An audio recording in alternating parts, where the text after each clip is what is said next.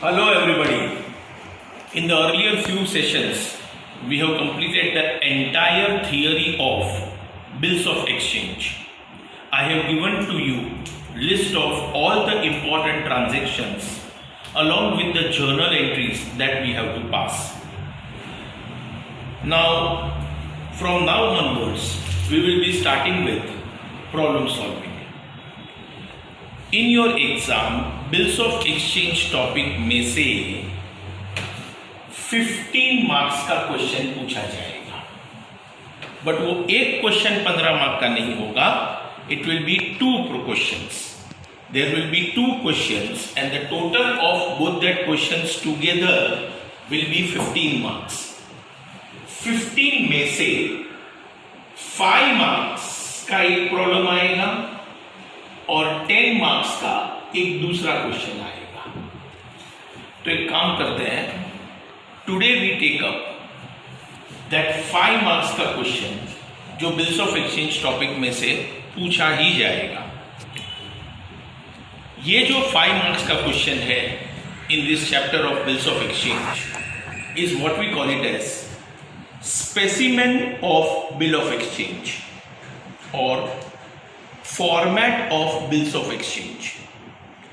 Now what do you mean by this format? Now see students, as you all are aware with, that bills of exchange is a legal document. Legal document से मेरे कहने का मतलब है कि जब bill dishonour होगा तब हमें कोर्ट में जाना है और वो बिल ऑफ एक्सचेंज कोर्ट में प्रोड्यूस करना है. Now any document which is to be presented in court must be prepared in a systematic manner. Systematic manner यानी कि there is a standard format of preparation of bills of exchange. So 5 marks का question जो bills of exchange topic में से पूछा जाता है that is on format of bills of exchange. Simple सा बात करूं तो जैसे कि एक चेक देख लो. आप सब लोगों ने चेक तो देखा ही है.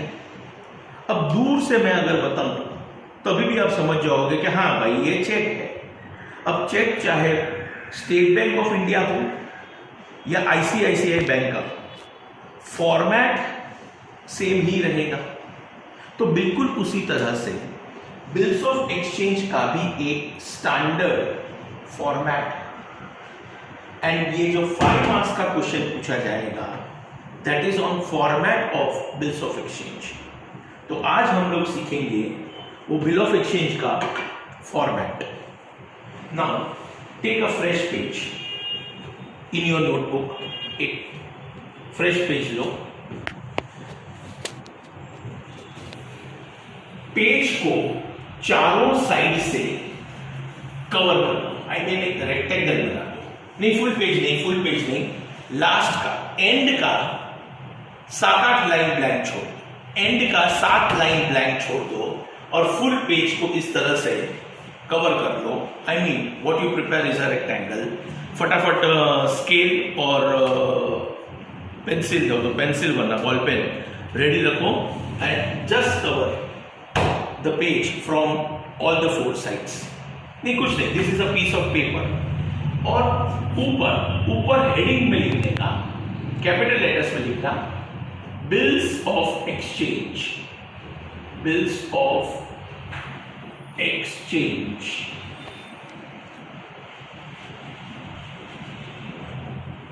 बिल्स ऑफ एक्सचेंज ऐसा हेडिंग दो. Underline it.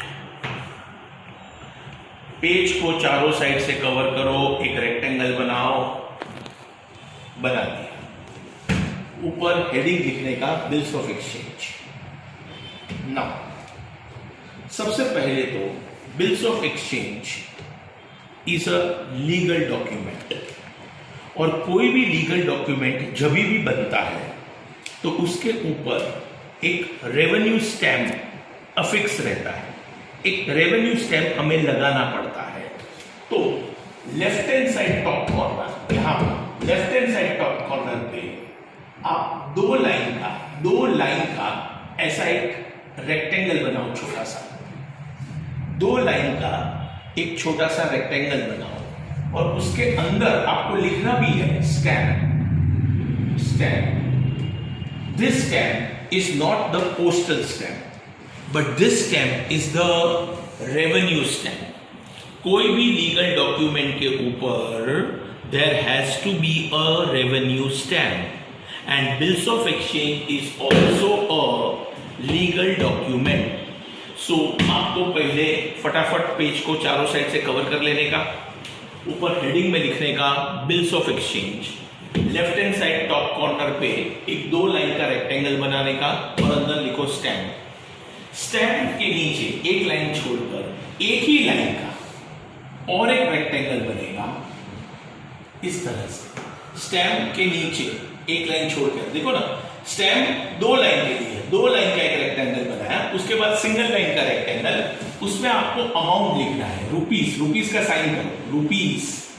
अब ये फॉर्मेट है तो मैं एक्चुअल में अमाउंट लिखूंगा नहीं, लेकिन अमाउंट कुछ भी हो, 5000 हो तो इधर 5000, 2000 हो तो 2000, इस तरह से खाली अमाउंट लिख देने का है और वो भी फिगर्स में।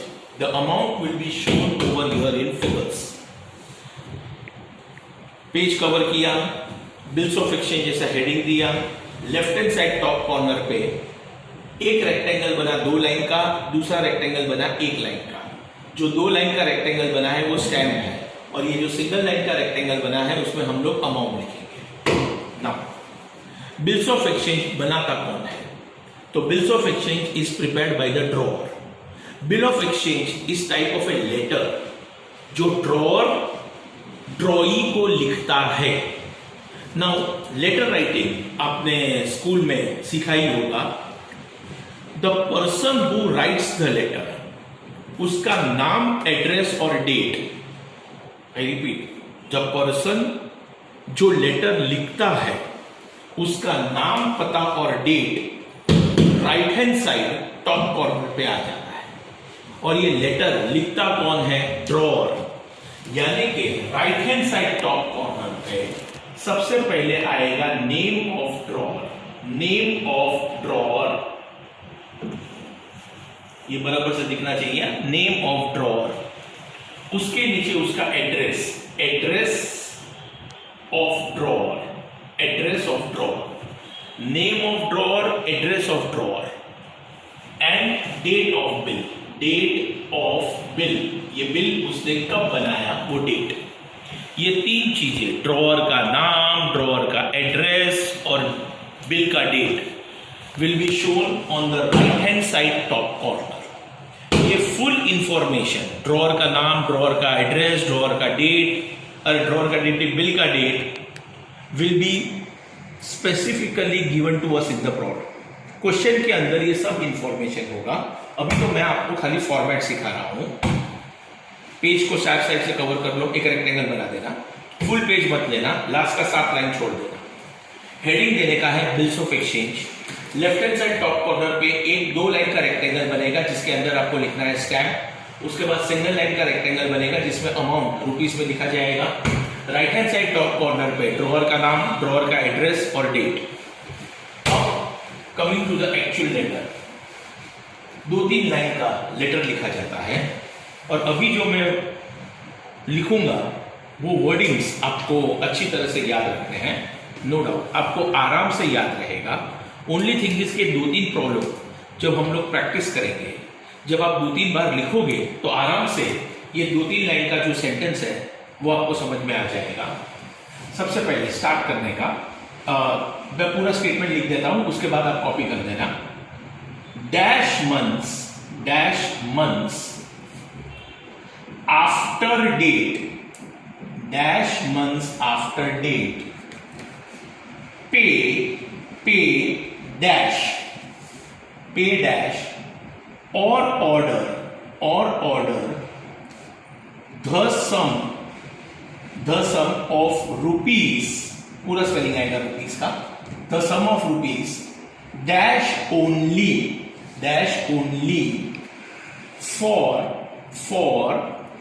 value received, full stop.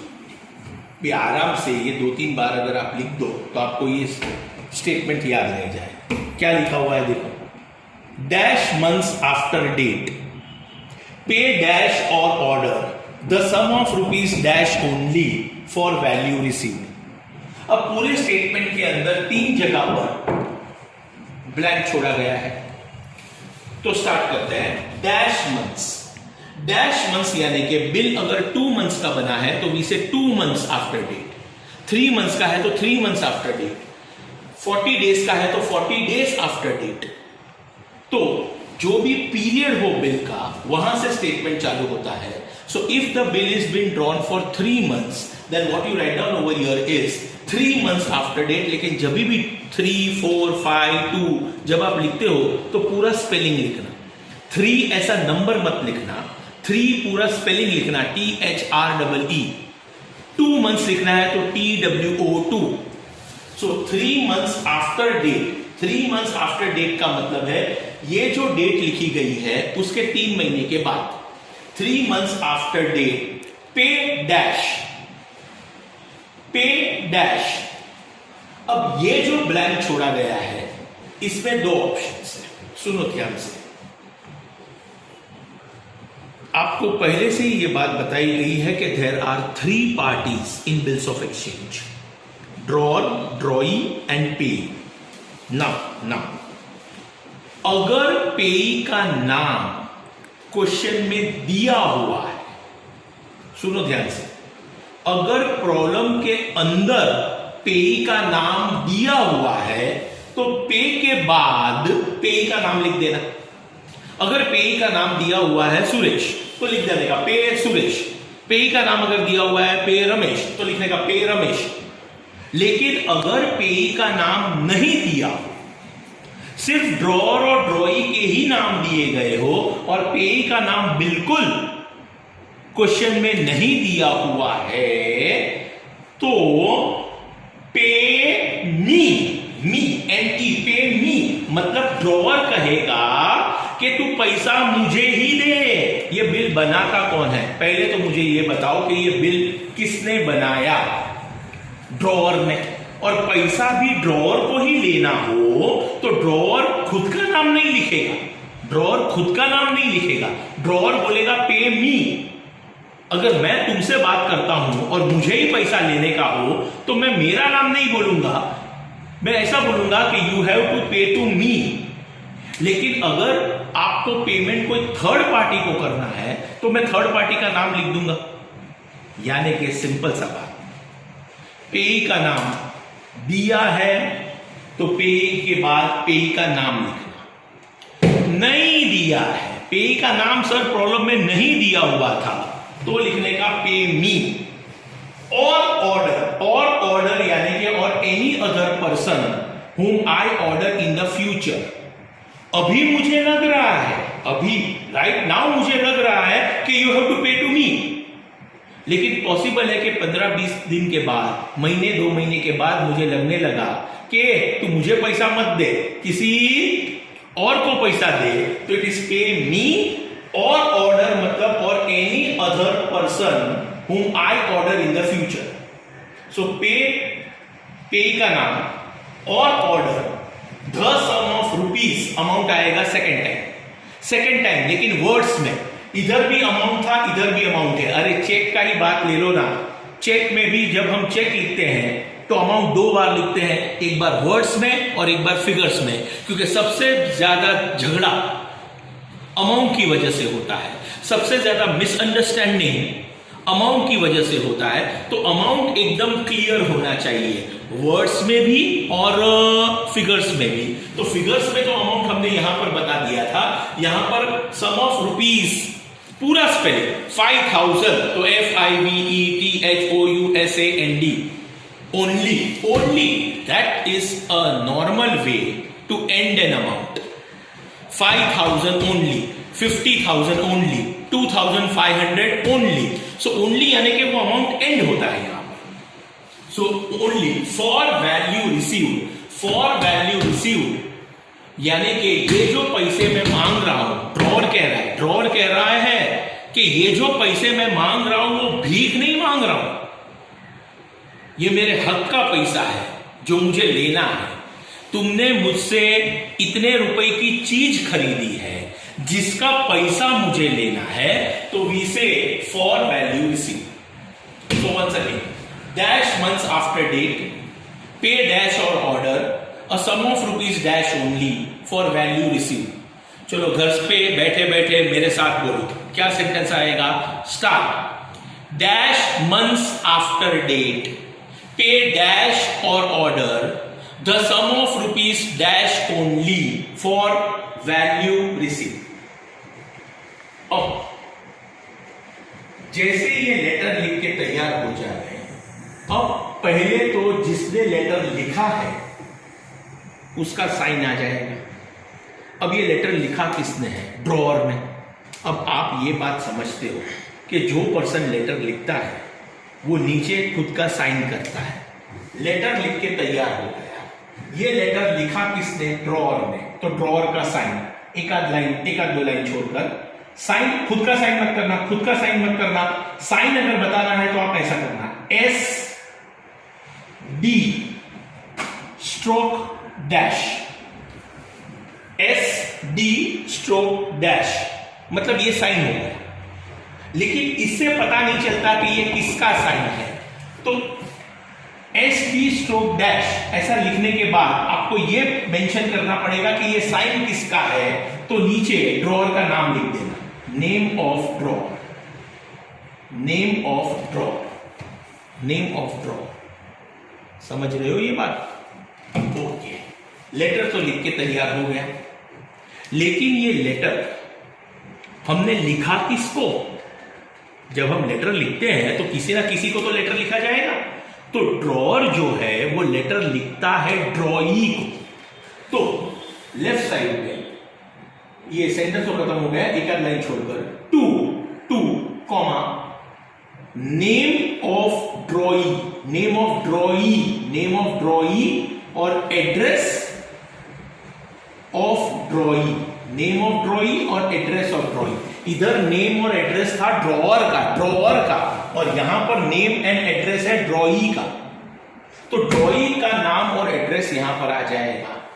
अब ये लेटर ड्रॉई ने पढ़ा, लेकिन सबसे इंपॉर्टेंट बात है कि इसके ऊपर ड्रॉई का साइन तो होना ही चाहिए। अरे ड्रॉअर ने साइन किया तो वो बहुत बड़ी बात थोड़ी हुई, लेकिन इंपॉर्टेंट है ड्रॉई का साइन। अब ड्रॉई इसके ऊपर क्या करेगा? तो ये जगह खाली है, यहां पूरा पार्ट खाली हुआ है, सेंटर पे या थोड़ा लेफ्ट में या थोड़ा राइट में, उसे कोई फर्क नहीं पड़ेगा। आपको इस तरह से दो पैरेलल लाइंस बनाने की है, दो पैरेलल लाइंस बनाने की है और अंदर लिखना है, ये ड्रॉई लिखना है, अभी ये ड्रॉई लिखना है एक्सेप्टेड। एक्सेप्टेड का मतलब होता है मंजूर है। मंजूर है यानी कि यहां पर जो भी कुछ लिखा हुआ है ड्रॉई कह रहा है कि मुझे मंजूर है। और एक्सेप्टेड वर्ड लिखने के बाद अब साइन होगी, देखो sign, S D stroke dash, ये साइन होगी। लेकिन किसकी साइन है ये किसकी साइन है? ड्रॉई की साइन है। तो नेम ऑफ ड्रॉई, और साइन करने के बाद ड्रॉई डेट भी डालेगा। अब तुम बोलोगे सर डेट तो यहां पर लिखा हुआ है ना, वो डेट ऑफ बिल था, और अभी आएगा date of acceptance, date of acceptance. ये दोनों डेट सेम भी हो सकता है और ये दोनों डेट अलग अलग भी हो सकते हैं। बिल मैंने बनाया आज, तुमने एक्सेप्ट किया 5 दिन के बाद, क्योंकि ये 5 दिन तक तुम मुझे मिले ही नहीं। लेकिन मैंने बिल आज बनाकर तैयार कर दिया था, लेकिन इसके ऊपर ड्रॉई ने साइन कुछ दिनों के बाद की हो सकती है।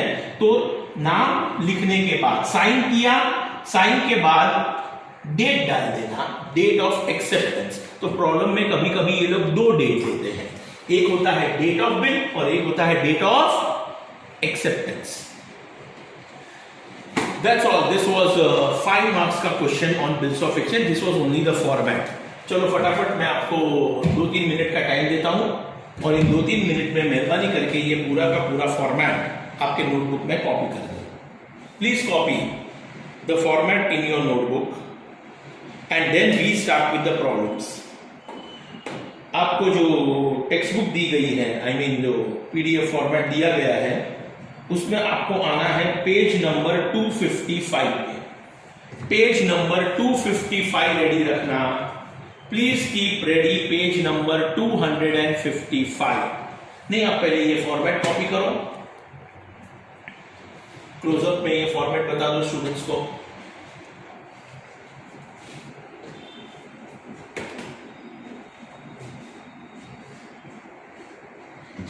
फाइव स्टूडेंट्स एक एक्चुअल में प्रॉब्लम सॉल्व करेंगे तो आपको समझने में बहुत ही इजी पड़ेगा। चलो ठीक है, अब मैं ये फॉर्मेट रब कर देता हूं।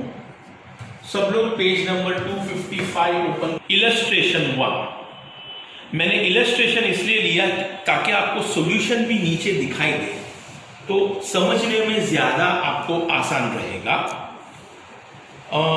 ड्रॉअर का नाम दिया है मिस्टर प्रकाश राव, उसका एड्रेस है 648 Karol plaza, SB road, Pune. ड्रॉई का नाम दिया है राहुल देव, 236 राजापुर रोड, जलगांव। अमाउंट है बिल का 44,500। टेन्योर और टर्म मतलब the period of the bill 3 months है।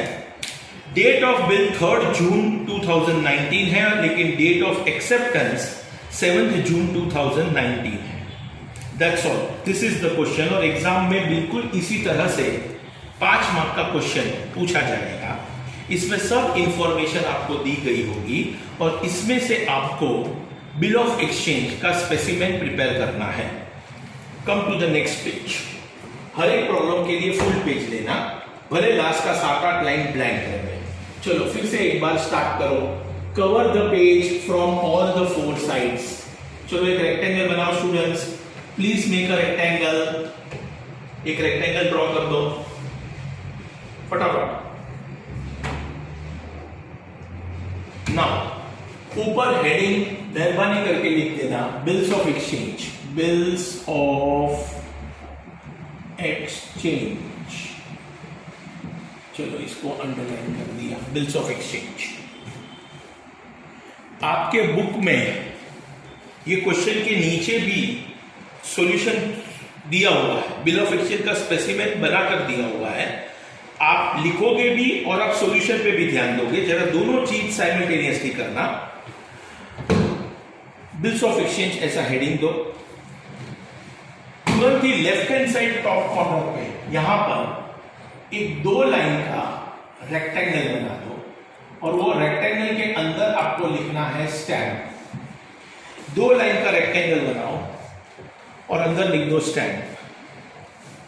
फिर एक आध लाइन छोड़कर एक सिंगल लाइन का रेक्टेंगल बनाओ। सिंगल लाइन का रेक्टेंगल बनाओ जिसमें रुपीस का साइन करो और आपको बिल का अमाउंट लिख देना है फिगर्स में।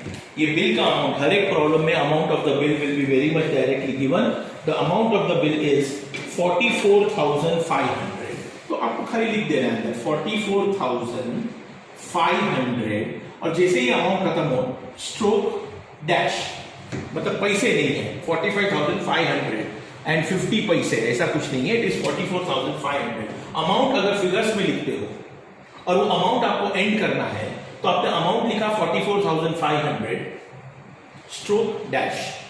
ओके, लेफ्ट साइड का पार्ट खत्म होगा। Right hand side top corner पे ड्रॉअर का नाम, ड्रॉअर का एड्रेस और डेट। चल ड्रॉअर का नाम लिखते हैं मिस्टर प्रकाश राव। तो write down there mister Prakash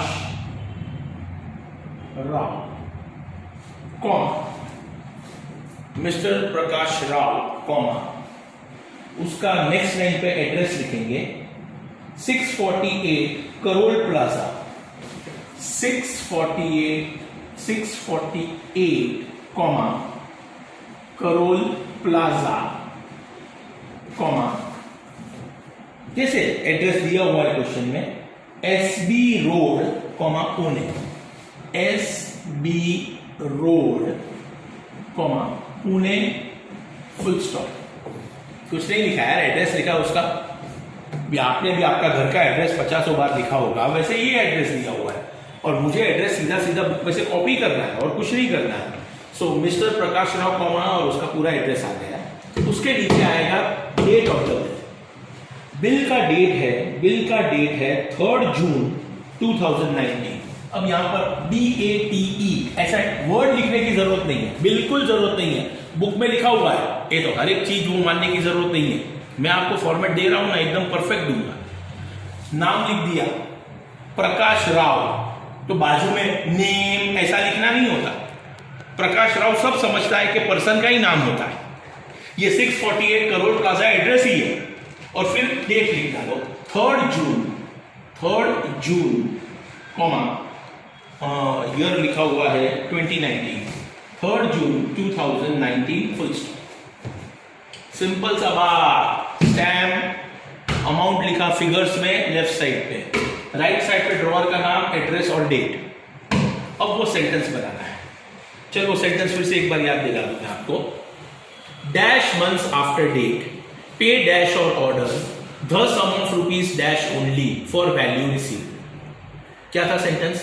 dash months after date. उस पे 2 मंथ, 3 मंथ, 4 मंथ कुछ भी हो सकता है। तो चलना प्रॉब्लम में पढ़ते हैं। How much is the period of the bill? तो the period of the bill given to us in the problem is 3 and therefore we start writing the letter as 3 months after date. एक minute 3 June 2019 date लिखा, उसके बाद एक line छोड़ दो, एक line blank छोड़ो और फिर लिखना चालू करो। और जब आप लिखना चालू करते हो तो हल्का सा जगह मार्जिन से ब्लैंक छोड़ दो। जैसे आप नया पैराग्राफ लिखते हो, एकदम मार्जिन से मत लिखो, थोड़ा सा जगह ब्लैंक छोड़ कर लिखो। राइट डाउन देयर 3, पूरा स्पेलिंग लिखना 3 months after date, 3 months after date. Pay, और पे के बाद रुक जाना। 3 months आफ्टर डेट पे के बाद पेई का नाम आता है, मगर पेई का नाम न दिया हो तो पे मी। यहां पर यह प्रॉब्लम में पेई का नाम नहीं दिया हुआ है। अब क्योंकि पेई का नाम नहीं दिया हुआ है, what we write down is pay me or order. अब जब आप नेक्स्ट लाइन पे अगर आप नेक्स्ट लाइन पे जाते हो तो सीधा मार्जिन से चालू करना। खाली वो 3 months लिखने के लिए थोड़ा सा जगह ब्लैंक छोड़ा था और फिर 3 लिखा था। सेकेंड लाइन आप सीधा मार्जिन से चालू करोगे, पे me or order. By order लिखने की भी जरूरत नहीं है, लिखोगे तो भी करेक्ट ही है, या तो सिर्फ pay me or order. The sum of rupees, पूरा स्पेलिंग लिखना रुपीज का, the sum of rupees 44,500 only. 44,000 words में आएगा। पूरा स्पेलिंग मेहरबानी करके लिखना, खाली ये 44500 ऐसा मत लिखना। It is sum of rupees 44,500 only. 3 months after date, pay me or order the sum of rupees 44,500 only for value received. Full stop. आप 3 लाइन यूज करो, 2 लाइन यूज करो, 4 लाइन यूज करो, उससे कोई फर्क नहीं पड़ता। वह आपके हैंडराइटिंग के ऊपर डिपेंड है। बाकी this is how it is. अब एक बार बुक में चेक करो, सॉल्यूशन नीचे है सॉल्यूशन देखना। Bills of exchange, stamp, left hand side पे अमाउंट है, फिगर्स में ड्रॉअर का नाम है, एड्रेस है, डेट है और ये पूरा स्टेटमेंट। अब स्टेटमेंट लिखने के बाद एक लाइन छोड़कर साइन करो। ये साइन कैसे करेगी? SD stroke dash sign. लेकिन ये किसका साइन है? किसने साइन किया? ड्रॉअर में। अरे ड्रॉअर लेटर लिखता है तो जो पर्सन लेटर लिखेगा उसका पहले साइन आएगा। पहले ड्रॉअर का जो भी फॉर्मेलिटी है वो कंप्लीट करो, फिर वो लेटर हम लोग ड्रॉई को दिखाएंगे। तो पहले साइन कर, तो साइन हुआ, साइन किया। साइन करने के बाद ड्रॉअर का नाम लिख देना, खाली नाम लिख देना। उसमें अभी मिस्टर वगैरह लिखने की जरूरत नहीं है, खाली प्रकाश राव। प्रकाश राव, ताकि इससे पता चले कि ये जो साइन हुई है वो प्रकाश राव की है। अब ये लेटर तैयार हुआ है और इसको हम भेजेंगे ड्रॉइंग के पास। तो ये लेटर किसको लिखा गया है, तो अभी लेफ्ट साइड पे आकर लिखो 2 ड्रॉई का नाम और एड्रेस। ड्रॉई का नाम ये प्रॉब्लम में दिया हुआ है राहुल देव। आपको मिस्टर राहुल देव लिखना है तो मिस्टर राहुल देव लिखो, खाली राहुल देव लिखना है तो खाली राहुल देव लिखो, उससे कोई फर्क नहीं पड़ता। तो write down there mister Rahul Dev comma, और उसका एड्रेस आएगा नीचे 236 comma Rajapur road Jalgaon. 236 Rajapur road comma Jalgaon, full stop. ये लेटर हमने ट्रॉई को बताया, ये लेटर हमने ट्रॉई को लिखा है। ट्रॉई को अब सबसे इंपॉर्टेंट काम करना है कि इसके ऊपर एक्सेप्टेड वर्ड लिखकर साइन करनी है। This part is totally blank, ये पूरा ब्लैंक है।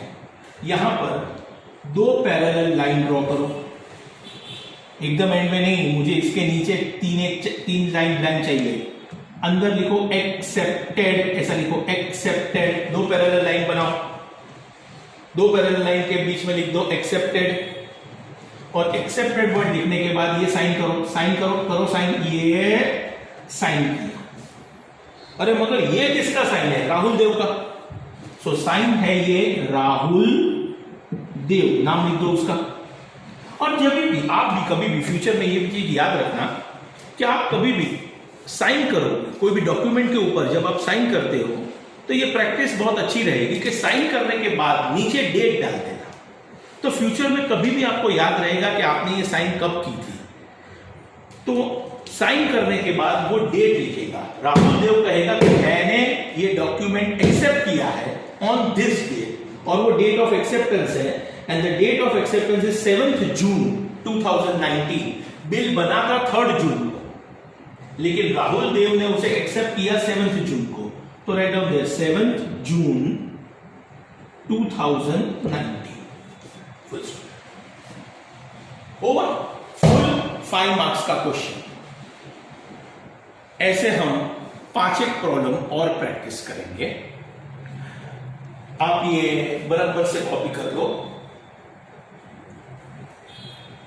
Purposely I took up a solved problem over here so that you properly understand the format. ये फॉर्मेट मैंने बोर्ड पे सिखाया है आपको, सेम फॉर्मेट आपको आपके टेक्स्ट बुक में भी दिखेगा। एक आध वर्डिंग्स थोड़े बहुत इधर उधर हुए, तो मैंने जो किया हुआ है वो परफेक्ट है, नो डाउट। उन्होंने जो भी किया है वो भी परफेक्ट है, लेकिन both the things are correct. जैसे एक एग्जांपल दो, डेट 3 जून 2019, तो DATE ऐसा डेट वर्ड लिखने की जरूरत नहीं है, डायरेक्टली डेट लिख दो। पे मी और ऑर्डर, बुक में लिखा हुआ है पे मी और my order. My word compulsory नहीं है लिखना, बाकी सब सेम है। 2 पैरेलल लाइन जरूर से बनाना, बुक में नहीं दी गई है, लेकिन आप हमेशा 2 पैरेलल लाइन ड्रॉ करके ही एक्सेप्टेड वर्ड लिखना। साइन ड्रॉइंग का साइन है और date of acceptance. That's all students, then I will stop here for today. Next session when we meet, we will continue with more problems on specimen of bills of exchange. So one more session I will take and solve some more problems on this specimen. ये 5 mark का question है, सब student को full 5 marks आ जाने चाहिए, इसमें ज्यादा practice की जरूरत नहीं है। 3-4 प्रॉब्लम जब हम यहां पर सॉल्व कर देंगे तो दैट्स ऑल, एग्जाम में you will be very comfortably able to solve the question. Okay, see you then. Goodbye.